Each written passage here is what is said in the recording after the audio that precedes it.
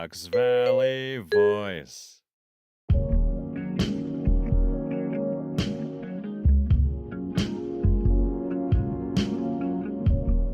Hello, and welcome to Rivertown Life. We are a podcast on the Fox Valley Voice Network.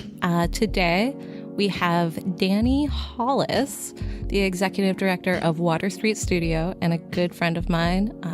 Dani, why don't you tell everybody hello? Hey there. Hi. Hi. I'm going to give a brief introduction to you, and I'll let you add on as you like. Perfect. Dani grew up in Batavia, Illinois, and you went to, I can't remember where, college? I went to Augustana. You went to Augustana? Yeah. I went to college. That's all that's important. You went to college. Yeah. I did the college thing. And then you did some farming. Yeah. And then you went to the city. Yeah. And then you got a master's in nonprofit Management. And then you came back to your hometown to be the executive director of a nonprofit art studio, which we've talked about before because Jaime works there as well. And I feel like that's how you're known to a lot of Batavians. Yeah. And your family is like pretty well known, has been a pillar of the community for a while. And now you are.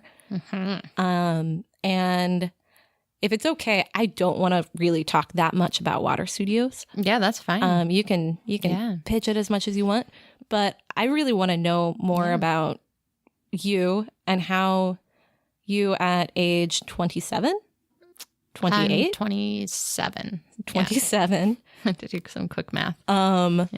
That's cool. Yeah. I rarely forget my age. Yeah. When's your birthday? September. Oh, so you're coming up. You're coming up on 28 pretty Coming fast. up hot. What's your sign? Virgo. Legit. Aquarius rising. I am Aquarius sun. We've talked about this. Yeah. So we became quick friends. Yeah. We have some mutual friends that we met in Chicago. You told the story really well at my rehearsal dinner.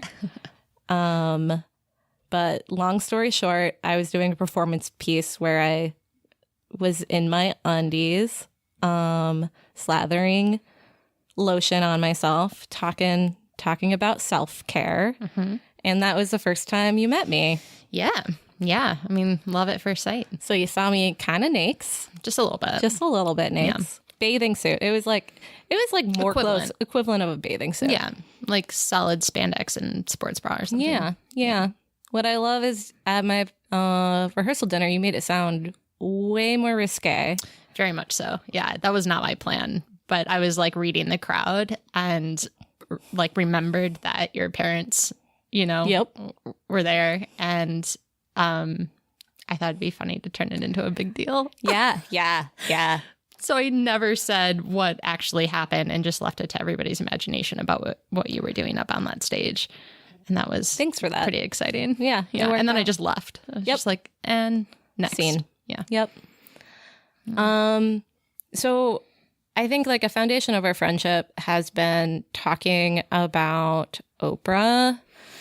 Yeah. And Krista Tippett and all of these kind of like thinkers. And I mean, I'd put it in like even kind of like the self-help category. Sure. Self-care, seeking. And it's been really good for me to have someone out here to like talk about all of those things, because just from listening to this podcast, I'm sure everybody knows that I'm into that shit. It's very mutual, by the way. Yes. It's grounding to have somebody to, in your hometown where you felt like you maybe couldn't connect with anybody on that level, knowing that there's somebody there who's like there to stay that you can connect with on that level is rare and very exciting. How did you get into all of that stuff? Well, I started doing energy healing with my aunt when I was a rowdy teenager. I was like 12 or 13 and going through kind of a rough time, as you do at age 12 or 13. I was just like mad at the world for no darn reason at all. I had like everything that everybody could want, but I just had all this like emotion and I needed to like channel it somehow. And my aunt was learning about like Reiki and different kind of like energy healing practices. And she's a massage therapist. And she was like, well, let's work together a little bit and maybe see if it's something like energetically that we can move around and maybe open some stuff up that you're grappling with. And at the time I was like, whatever, you know, I thought it was kind of like hippy dippy, and not that I was like not into it. I was just, it wasn't like cool yet, you know, like it was something where I was like, oh, this is just this weird thing that my aunt does. And like, she's a part of this whole culture and I might as well try it. Cause I wanted to like not be angry anymore, you know? And I was, even as, you know, a 12 or 13-year-old, I mean, I was like smoking cigarettes and doing things that you shouldn't be doing. And it was one, because we were living in the burbs and what the heck are you supposed to do? Part of it was boredom. And the other part is just like, yeah, this hyper emotion that I felt as a teenager. And so I started practicing with my aunt, and it took a while for me to get in the zone where I was like open or like willing to receive whatever was coming my way, which is hard. It's really hard to verbalize what that actually means. But there is just like the state of being where your guard is down, you know, and I had been living as a teenager with my guard up to everything, you know, and my aunt would like call me out. I'd have my eyes closed and she'd be working on a certain part of me. And she's like, she could tell that I was like tense about it. And she's like, I need you to relax. And I thought I was relaxed. And she's like, you're not I need you to like let go of this thing. Like whatever's going on right here, I need you to let go. And all of a sudden I would like tune into that part of my body and realize like, oh yeah, I'm like carrying all this tension right here. And it just became normal. And so I started to become familiar with the practice and knowing how to be more in tune with my body and, you know, maybe where I'm holding tension. And I felt this like great sense of relief after months of practicing it. Like it definitely was uncomfortable for the first, I don't know, handful of sessions. And then something just clicked and I was like, oh, I have control over what's happening to me in the world and like how I interact in the world and taking ownership of that. And so my aunt ended up introducing me to other people who were practicing different types of healing. And I just kind of like became a guinea pig, I think, for a lot of people who were learning how how to expand upon their practice. And I was learning about how to receive that practice. And I was working with people probably from age 13 to, I don't know, 20, 21. Okay. Yeah. So the first time I got Reiki was 2 years ago. Mm-hmm. I didn't even know what Reiki was probably until I got it, basically. Yeah. And now I've gone back and I've done a workshop and I've learned, you know, how to practice Reiki. Mm-hmm.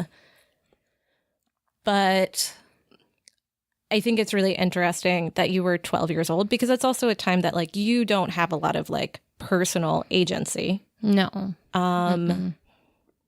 And you know, and I think there's something interesting that I'm getting at the question of like you being like needing healing, where you're a white girl living in the suburbs, like you came from a family that like could provide for you. Mm-hmm. And I think you understand what I mean when I was like, oh yeah, I come from a lot of privilege and like my life is fairly easy. And like, and I think that is something that like I struggled with a lot when I was a teenager. Mm-hmm. Was why do I feel like this? I should feel fine. Mm-hmm. Like I was aware of so many other things happening in the world. And then I'd even get more mad at myself for feeling bad. Or like feeling like and it took me a long time to accept that healing. Mm-hmm. So I'm curious of like what that did to start that kind of self-healing practice at like age 12. Yeah, it's a good question. Honestly, I think it just kind of fell into place because I had those type of people around me and they were looking to practice their craft. you know, and my aunt has always, even since I was little, you know, has been like, you're intuitive, you're intuitive, you're intuitive. And so you start to believe it a little bit. And I was like, I don't know, maybe this is a way that I can connect to things where I'm feeling so disconnected in the world. Like maybe this is a connection point for me where it's not happening maybe on the physical plane and I'm uncomfortable in my body and I'm uncomfortable with, you know, the way I have to spend my day. I'm uncomfortable with everything else in the like physical world. And maybe I can connect to this like higher thing to like bring purpose to my life, you know, because I was bored, you know, like there was nothing really to connect to. And I remember just, you know, meeting different people and really like picking up people's energies and just being, you know, I mean, you could feel somebody when you're, you know, walking up to them. And maybe I should just speak for myself. Like when you walk up to somebody who's maybe a stranger, like you can sense their vibe, you know, like you get a feeling when you're in front of somebody or talking to somebody. And I think I became more familiar with trusting that kind of like guttural feeling, you know, is the only thing I can liken it to, like physically, is like this feeling of like, oh, this person makes me feel grounded, or this person, there's something off with this person, or I don't trust this person, or just like these initial thoughts, you know, or feelings rather. They're not thoughts. They're like, I don't know, you can just feel it. And really starting to take like ownership of that, you know, and paying attention to your gut, you know. I think that was something that was really helpful because ever since I was like 13 or 14, I've always kind of been like a chameleon, you know, like I tried on all these different groups in high school. I was like friends with everybody, you know, and I didn't have just like one group that I hung out with. I loved experiencing what different people felt like, you know, and what different like little subcultures felt like. So it was fun. I was like doing my own little like anthropological research as a teenager of like what it feels like to be with different people. But then, you know, you're trying to form an identity and you start to, I didn't find this out, like I didn't realize this until later in life, but you start to live through other people when you become that connected. And so, you know, I spent, I don't know, I would say I probably spent like ages 15 to 20 just living through other people, you know, and what their lives were like and like what, you know, like feeling it as my own, which is weird. It's a really weird experience. That is something that like, okay, we've never talked about that. No, we haven't. But I identify with that very strongly. And, you know, and like at some point in my 20s, like a friend of mine was like, Brea, you're an empath. And I was like, I don't know what that means. And that sounds really woo-woo. Yeah. And I don't like it. Yeah. And it took me some years to like really understand. It's like, oh, like actually like I am. And in doing that, like other people's, I mean, and even, you know, even with like anxiety and depression and like other people's hard times really became my hard times and didn't leave me space for some of my own exploration. And it took some time to kind of tease that all that stuff out. Yeah. It's like learning those boundaries, you know, of like, connecting with somebody on wherever they are. Yeah. You know, like meeting them wherever they are and being like, I'm here with you, without absorbing whatever it is that's actually happening to them, you know, just being there for support rather than absorbing. And that was something that took me a while to figure out, is like, you can put a bubble up and still support, even though I still feel it. You can establish boundaries, you know, and I think it takes it's a habit. It's a habit to just be absorbed, you know, and it takes practice to determine where your boundaries are going to be and how you're going to enforce those boundaries with people. Totally. There is something, I mean, like, and I don't want to take it all the way. Maybe I do. Like, when you say energy healing, because like, and I think that's the thing again, like I am new to woo.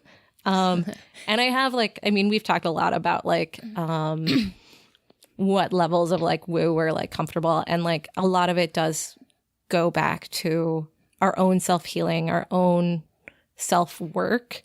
And, you know, I can't prove any God is in existence or angels or spirit guides or whether or not crystals work. And like, that is like so not important to me in any way. Yeah. But like, I mean, and there, you know, people Google energy and energy healing, and like there is some scientific like basis for that now. That definitely wasn't around when you were 12 years old. Yeah, I never had a language for it. I mean, I think that's why I call it energy work. I'm sure I could sit down with like a handful of our friends and actually figure out what the terms are for the things that I experienced. But I never asked because I didn't know it was like somebody's career that they were, you know, at the time I was just like, oh, I just want to feel better and this makes me feel better. So I'm going to go do this thing. And as it was happening, like you don't really know. I didn't really know what was happening. I just like trusted the process and hoped that I would feel better after. Totally. And during that time, it's like when you're getting a massage, you know, you're like on the table and you're trying to like shut your brain off so that you can like really just focus on feeling good. It's a very similar feeling when you're doing, you know, when you're the person on the table and somebody's doing Reiki on you or something. You have to get to this state of mind where you're like vulnerable and you're like, I'm willing to be healed right now and I want to feel better. And just opening yourself up to that. And I think that's scary for a lot of people to do.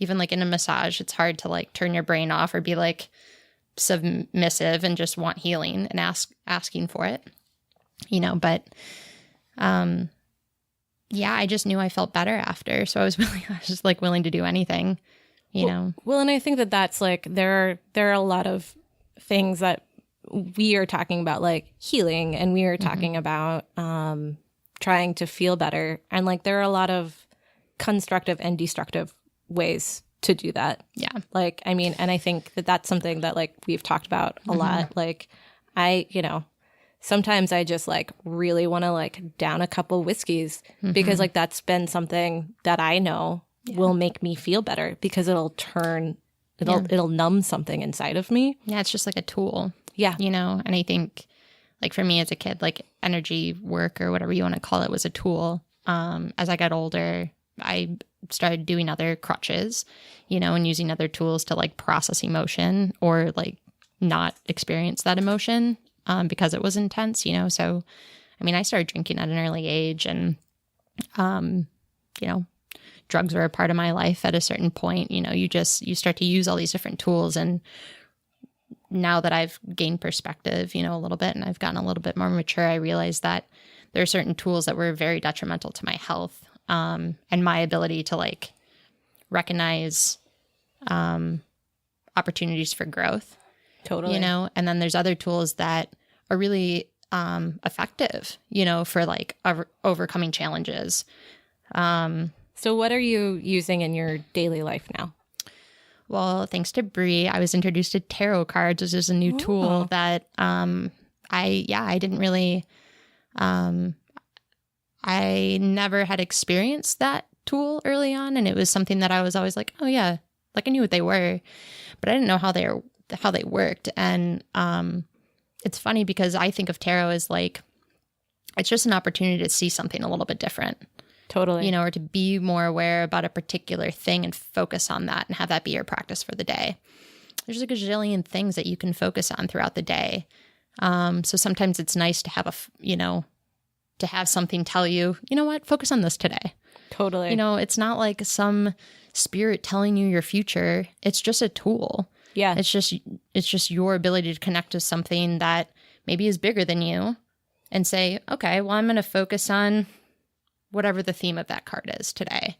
And I'm going to be open to whatever symbols or people or whatever that come into my life today that, you know, maybe shed some light on that theme.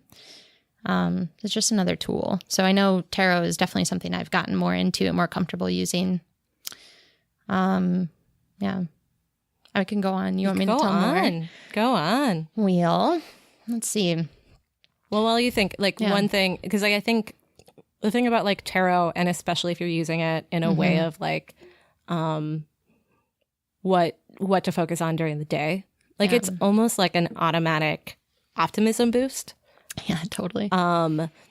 Because like it's really easy to like look around the world and see roughness. Yeah. And to see blocks and to feel like, I mean, maybe not everyone. I have I have a hard time sometimes not just being like, oh man, like things are bad. Yeah. And like tarot has been such a good way for me to like not ignore, not numb, but like work through things, and like see the good in like the relationships I have and like the people that I meet, and even some of that struggle. Yeah, it reminds me of the like theory of liminality. I studied philosophy and anthropology in college, and I was totally obsessed with this anthropological theorist. His name's Arnold van Gennep, and he came up with this concept of liminality as it applies to like rituals. And he did all this ethnographic research and found out that many cultures have these like 3 phases that they go through that help an individual grow into whatever the next chapter of their lives are, whatever that may be. And this like 3-step thing, I started to see this pattern in my life all the time, especially when it came to like challenges, right? So the 3 phases are separation. So you're in a community, say, and you're taken out of that community. That's phase number 1. Phase number 2 is liminality, where you're neither here nor there. You're in this kind of like betwixt and in between state. And then the third phase is reintegration. So oftentimes in this liminal phase, you go through kind of like existential crises and this like really intense, challenging time of like, I don't know what to connect to. I don't have the tools to navigate in this territory that I've never been. It's utter chaos. And it is up to the individual to look at that challenge as an opportunity for growth and saying, okay, I'm uncomfortable. So what am I going to do about it? Totally. And so in that final phase of reintegration, you take all these things that you learned, but in your process of overcoming challenge, and then you apply it back into the community. So, and that process never ends. It's like that cycle is constantly happening. And when I was, I don't know, a handful of years ago, after college, I ended up getting a tattoo just after I had left the farm. And it's just 3 bands that are around my arm to represent each one of those phases. Just to remind me that like you're always going to face challenges, and like it is up to you to gather some perspective and know that when you do come up against these challenges, just opportunity for growth. It's not, you can look at it and be like, God, this sucks, and then just like fall flat. Or you can go, yeah, this sucks. What am I going to do about it? And like rally your troops and do something about it. Totally. And then learn from it so it doesn't happen again. Well, like, and I love that you have that, daily like reminder about it. Like my tattoo that like for similar reasons is on my arm and says patience is a virtue. Yeah. Because it helps me remind that like sometimes you just have to like wait sometimes, because it is that idea of like moving through something. And the perspective that you just shared is not really like easy to have when you're really in it. No, it's like near impossible. I'm really excited to go home and geek out and like pull all of my tarot out and like which cards are which phase, because they all fit into one of those phases. Yeah. Because really we're always in it. But like I'm in that middle phase right now. Yeah. And I keep getting the Wheel of Fortune keeps coming up and death keeps coming up. Yeah. That's good. It is good. That's good. It means that I'm on that kind of snap over, but I still don't know what it is. Yeah. And I've shared with you, I've shared on this podcast already, is like people are like, so how are you doing? What are you doing? Ugh. What's going on? Ugh. And like, and it is, and it all comes from a good place, and it comes from people wanting me to be okay, for wanting me to like come out of whatever I was in. But like, I mean, part of me is still trying to figure out what I want to do when I grow up. So like, yeah, and you're going to want to know that for the rest of your life. Exactly. No one's ever got it figured out. And I think that that's what like, I'm always laughing when people are asking me, because it's like, I've actually been pretty busy for the last couple months, but like, it doesn't have, it doesn't have that same stamp that it does sometimes in like, that kind of like final phase. Yeah. So who knows? Other things other world, than man. tarot that you do to like to ground yourself, like to learn more about yourself, to keep yourself like, I mean, you have a pretty, I mean, I'm not saying you have like the most stressful life, but like you're 27, you're an executive director of like a growing art Yeah. space. Like, Yeah, I mean, it's a lot to balance. I think we have this like gratitude jar at our house, my partner and I, and it's a very large jar. But sometimes when I'm feeling like really low, I'll have to force myself to be grateful for something, and I'll write it down on a piece of paper and just throw it in the jar. Totally. Just for safekeeping, to know that there's things to be grateful for as well. It's a see-through jar. And every time I'm feeling down, I'll like look back at the jar and be like, look at all those things to be grateful for. They're all folded up and I can't really read them, but they're there. yeah. So that's always helpful. I also listen to a lot of music. I'm like always listening to music. Music's really important to me. That's real. And finding whatever that tone is for the day is crucial. I know, Jaime and I work together, and music's key at Water Street Studios. I think like when you walk into a place, having like the environment set up so that it's comfortable is so important. And I think music plays a huge role in that, both for a space, but also for me as an individual. Like if there's music on that I'm not identifying to or connecting with, it's really disorienting. So finding whatever that tone is for the day and then just like sticking with it or changing it if the tone of the day changes or whatever. But like having that rhythm, Yeah. or a song in my head or like, I don't know, just that tone throughout the day, that rhythm is really important to me. Yeah. Awesome. Mm-hmm. Do you see a lot of music? Do you go to shows and stuff? Yeah.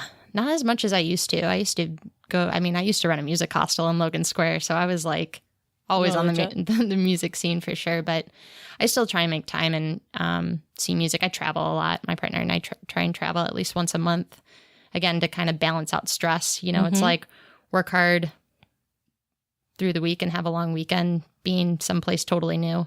That brings me a lot of hope and happiness. And it's a way to get out of that, like, what's the right word? Like stagnant. I don't know. Yeah, You just yeah. get in a routine. You're like, oh, this is what you do throughout the week. And you become like complacent in it. That's the word I'm looking for. Yeah. So if you just like shake up your environment and go somewhere new, even if it's just like an hour away, it doesn't matter. But like go somewhere new and be like, oh yeah, there's a whole world out there to go play in. I'm going to go play in it, Oh, totally. And like, that's where new ideas come from too. I mean, a lot of the ideas that I've either applied to my like home life or my work life have come from me just witnessing it out in the world somewhere that I've never been, and incorporating whatever it is, whether it's like a new band that I wouldn't have seen, otherwise, or a way to like lay out a living room or Ways to lay out a living room. yeah, I mean, whatever it may be, but Learning through That's Airbnbs across the country. yeah, that's so real though. It is real. It is real. It's like, oh man, we should really move our mirror over there instead. That makes so much more sense, Yeah. Just little stupid real. stuff, but it matters. Like those details matter, Yeah. Yeah. I identify with that, like the going away, like sometimes, and sometimes to also appreciate what is at home and what, like what our home looks like and what kind of space we're creating. But like on, with like time and budget, like it takes time. And sometimes it's nice to like go to a really nicely curated, I don't know, RV or like little lodge or something. Yeah. Do you spend a lot of time outdoors? Yeah. I mean, actually, one of the other things that kind of keeps me grounded is doing that yard work, building a garden. Yeah. Growing food is something that's really important to me. Before I came back to Water Street, back to Batavia, I was farming a lot. And that was something that was like, I like working with my hands. Like I like building things or watching something grow, like Totally. when you start a project and you end a project and you leave with something as a result, growing food is always really fun because that process just happens over and over and over again. And it takes care. Like you have to put care into something and it has to be done right, but then you get to reap all this reward, you know, it's actual like sustenance for your body. That was always really rewarding. But other than that, I mean, I love being on my bike and playing in the woods, and awesome. Yeah, that's always fun. So when I was like 10 years old or something, I really wanted a garden. And my dad like gave me this like small, and it was like a 10 by 10 corner in the back of the yard. And we like, you know, tilled soil, and we like planted all these seeds, and nothing grew. Oh, like darn it. nothing grew. And like my dad, like I just remember my dad being like, oh, you know, like it was probably like bad soil, like just, but it was like, it could have been anything. It was so traumatizing. Like, yeah. And now, and my parents, like, I mean, my dad at the time was like, I think in school and working, and like, it wasn't the time. They now have this beautiful, incredible garden, and like, I've got some pots, and like, I'm a little bit better at like keeping things alive. Like, but for a long time I was like, I can't do this. Like, but I'm bringing to this point of like, you were talking about all of this, like kind of like witchy stuff, like, you know, energy work and like growing things, and like, and like that is like a really hip term right now. I don't know exactly who listens to this podcast, but if you haven't like picked up on that as a cultural theme right now, like there is a lot of that cultural theme. Do you identify as a witch? Whoa. I don't personally. I mean, I think there are people who are in tune and people who are out of tune. I think that's how I would define it. And I think the universe operates how it operates, you know, and it's you have the option of being aware of it and interacting in it and kind of flowing with it and taking care and being mindful of the things that are happening. And I think there's little like tricks and tips you can pick up along the way that seem kind of witchy, you know, but I think for the most part, people who identify as witchy are just connecting to something that may be at like a deeper level, or more of like that in-between level that we don't have words for necessarily. Totally. And they're trying to make sense of this in-betweenness, you know, that they're experiencing. And the only thing that they have to communicate are these tools like tarot cards or crystal balls or, you know, whatever that tool may be. But I think they're just trying to find a way to like connect and communicate. Do you think like you mentioned like your aunt would call you intuitive? Like, do you think that there's something special about you that makes you intuitive, or do you think that that is something that we all have the ability to tap into? Wow, that's a really good question. I mean, I don't know. I get this like my gut is like, oh, talk about frequency. Like, I think there's like a frequency that people can tap into, you know, and I think some people are more aware of that than others. And I think it's a practice. If you've never been introduced to it, like, why would you speak that language? You know, like if you've never been around a Spanish speaking person, why would you speak Spanish?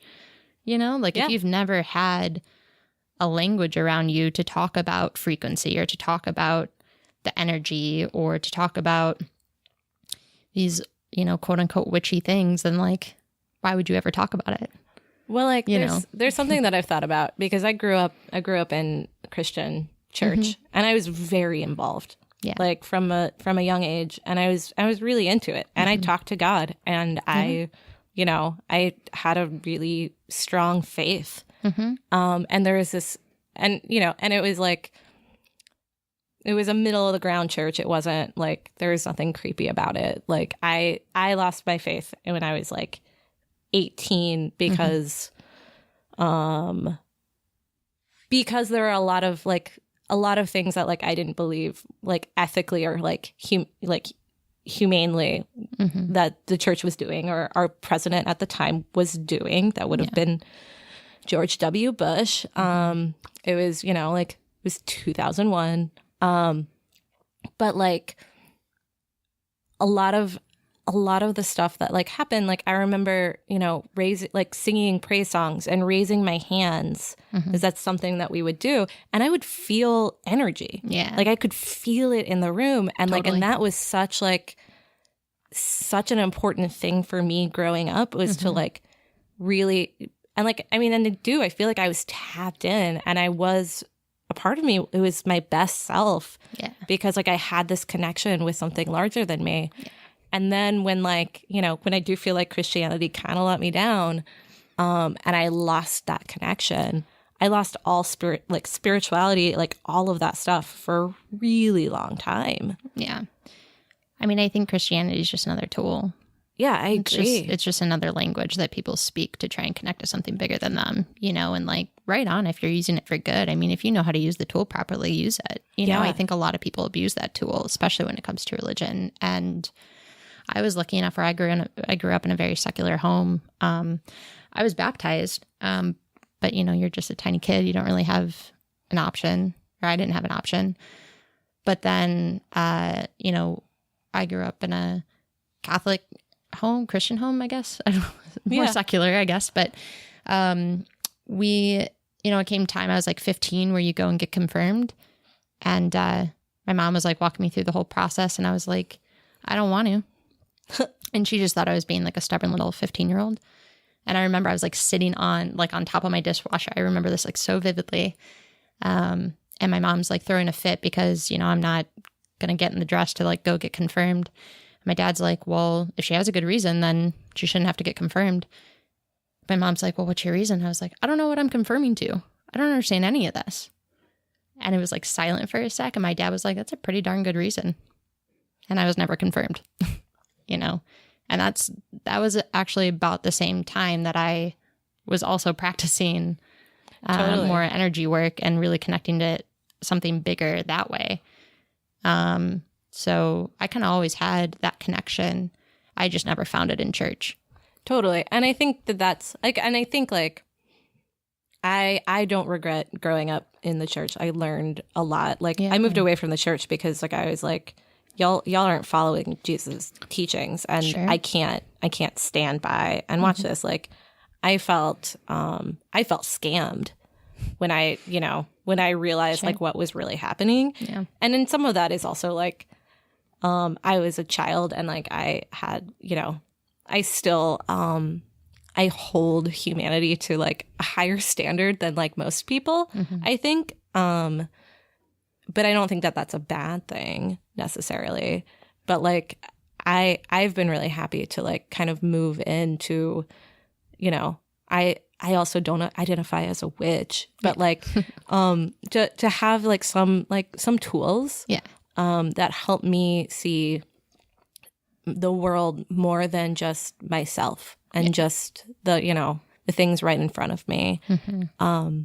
You mentioned earlier that you just started reading Parable of the Sower. Yeah. For like the third time. Yeah. And it takes a lot out of me. It's really intense, but like it's, so Parable of the Sower by Octavia Butler. I just read it this year too. Yeah. And I was just like, I can't believe I never had, you know, had this before. But like the main character, and it's kind of like, kind of messed up like post-apocalyptic time. And she develops this religion and like this idea because she really believes that people need something to work towards. And like that having that there will help them get through the day by day, you know, all of this stuff. Yeah. Which I think is just, I mean, that seems really normal. Like we just have to find a way to like incorporate it that like also takes care of children. And, you know, not going to get too political on this podcast because, you know, most people know I'm pretty political and it won't be relevant. Yeah, just like find a better tool. Find a better tool. Find a better tool that works for everybody. Yeah. Not just you. I will say I'm really impressed with like there are a lot of Christians standing up to like what Jeff Sessions said. And you used a Bible verse to justify the law of what's keeping immigrant children and parents separated. And like everybody's like, nah, man. Like it's going to wake everybody up. The Methodists are suing him. Good. Being like, no, you, and he's a Methodist. So like, good.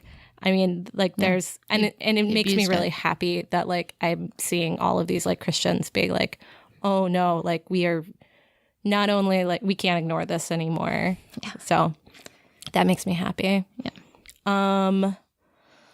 So changing gears just a little bit. Yeah. One of the reasons that I stopped being a Christian is because someone in my church told me that my sister was going to hell because she was queer. On account of the gay. And I was just like, no God of mine would do that. Like, that's not a thing. And like you've mentioned your partner multiple times, and I know her and love her. Shout out to Jana. We love you, Jana. We love you, Jana. And I just like, there's something about like being in the suburbs that like is different from like, I lived in Chicago, and before then I lived in Portland, and like being part of the theater community, like I went from Portland where like everybody's queer to like Chicago, which like 90% of the people that I knew and hung out with were queer. Yeah. And like now I'm in the suburbs, and like I'm married to a man.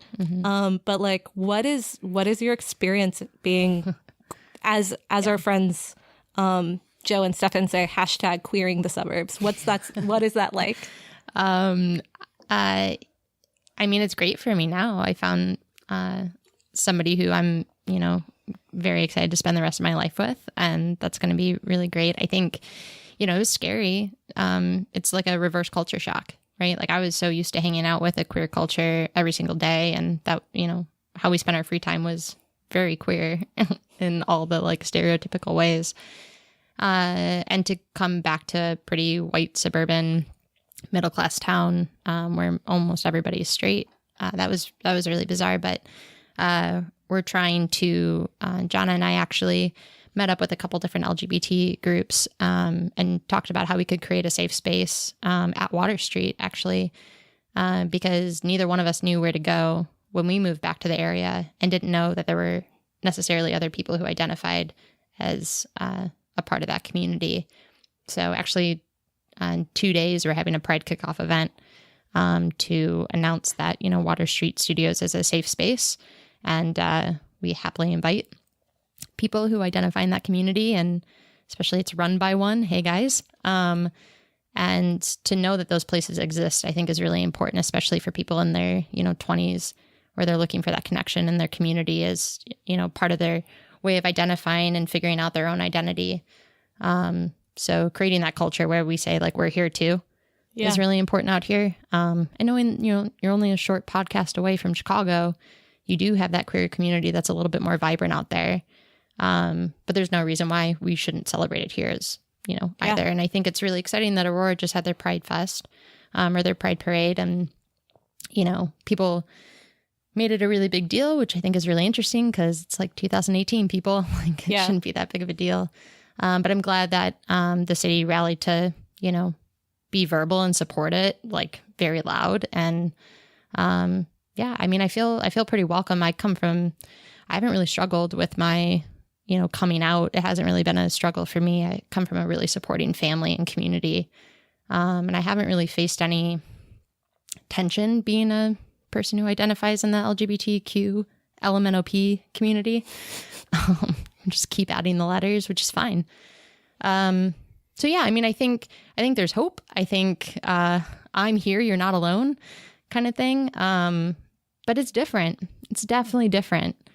I think having more cultural experiences where people feel more comfortable knowing that they don't need to be on one side or the other, that there is this place in the middle where everybody can fit is really important. And I think we should celebrate that more often. And luckily I get to do that often at a art center that I run, where we celebrate that diversity. And it's just another chapter that's a little bit different. Yeah. So with Water Street, like, have you done anything with like kids, high school kids? Like, yeah, I just went and I did I was a guest speaker or lecturer for Batavia's GSA group on their Day of Silence. So I broke the silence with them, which was really exciting, and talked about my experience, coming out. I didn't come out. I mean, I didn't realize that I was attracted to people of the same sex until I was like 19.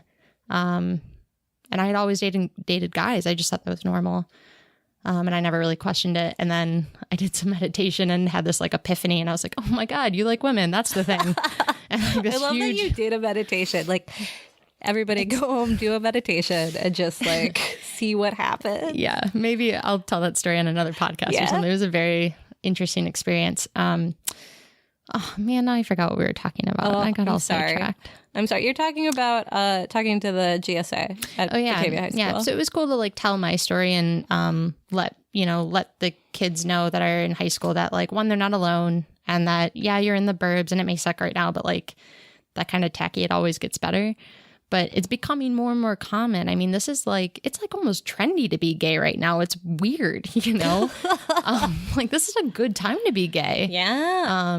It's very exciting, and there's decades of movements that have been happening to get to the point where I can be on a podcast and being like, I'm gay and I'm happy about it. And I found somebody that I love dearly, and we're going to go do life together and be very successful. And that's fine. Totally. And we come from very supportive families. It's no different than anyone else, So it's fun to be able to tell those stories of hope. And oftentimes you hear these stories of like, my family rejected me, or, it becomes like a mental health issue or whatever it may be. And my story is actually I don't know, like it's happy. It's not, it's like a point of empowerment rather than like, I've been struggling my whole life and, whatever. It's like, well, I just didn't know. And then I realized it and I was like, oh my God, I've been carrying this weight for forever and I just couldn't put a name to it. And I'm not straight. That's what the name, that's the problem. I need to connect with somebody who's not a man. Like I need that feminine energy in my life, and I've never been happier. I mean, it's the best, you get to be fully you. And it's amazing. I think that's awesome. And like, and I think that's like, and I love these, that I don't feel like you are apologizing for having like a really, a really like happy coming out story. But I do really love that you made mention that there has been so much work done over time to get you to that point and to get the kids that are in high school to the point. Because when I was in high school, which, was only like, I don't know, 7 years before you were probably like in high school, like there are kids like committing suicide. Yeah. Like, and there still are. And they still are. Yeah. But I think that like as more of us get like older and understand that like it is so important to normalize and to support. And this is something that I just thought about because like, I mean, that we can do, but like also like hashtag like know your history. And like right now is Pride Month. And like I've decided I'm going to give homework at the end of these episodes. And if you haven't heard of the Stonewall riots, folks, just Google it. Yeah. And like find out more like why we celebrate Pride and where that started, because it started with a riot and it started with like a Black trans woman. Yeah. And that is something that like is really important as we, as it's 2018, Aurora finally has a Pride parade. Like it's so cool that we're like catching up, but like to also remember how far time has come. Yeah. And like it's in all of our best interest to keep that going and to like make it easier so we don't go back in some other direction. Yeah. Well, and check your personal history too. I mean, if people have probably been gay in your family, like track it back. Like I'm sure somebody growing up that was gay, Yeah. And maybe struggled through it or maybe was perfectly happy. But I was not the first person in my family to come out. I was like the fourth or something, I mean, again, it was one of those things that was just like, it was never an issue. I had, gay people in my life and I didn't see them as any different. Why would you? Yeah. Like that was something I was just comfortable and familiar with. I didn't realize until somebody said like, oh, being gay is not, it's not okay in my family. I was like, what are you talking about?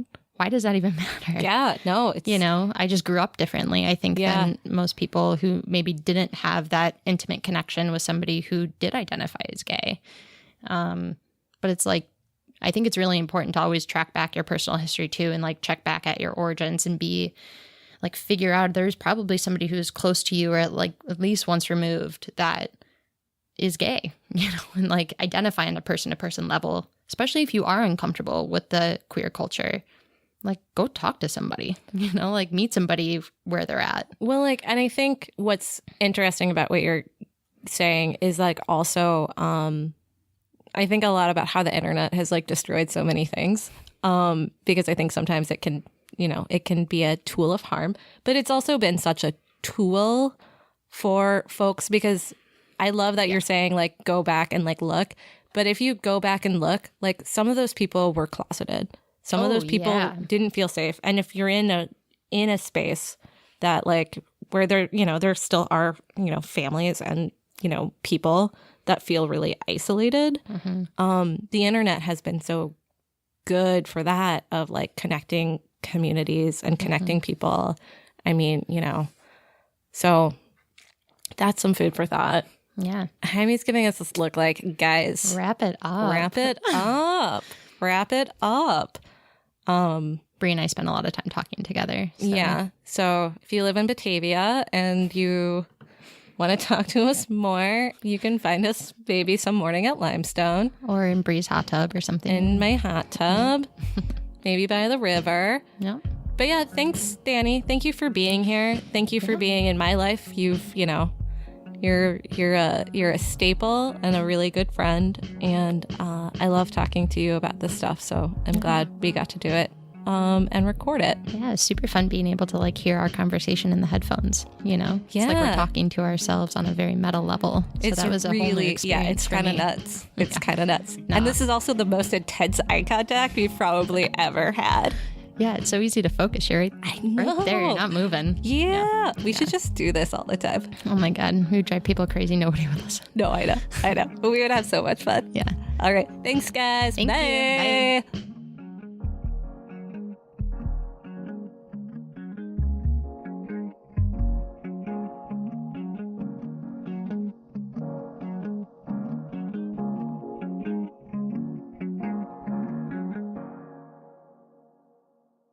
Fox Valley Voice.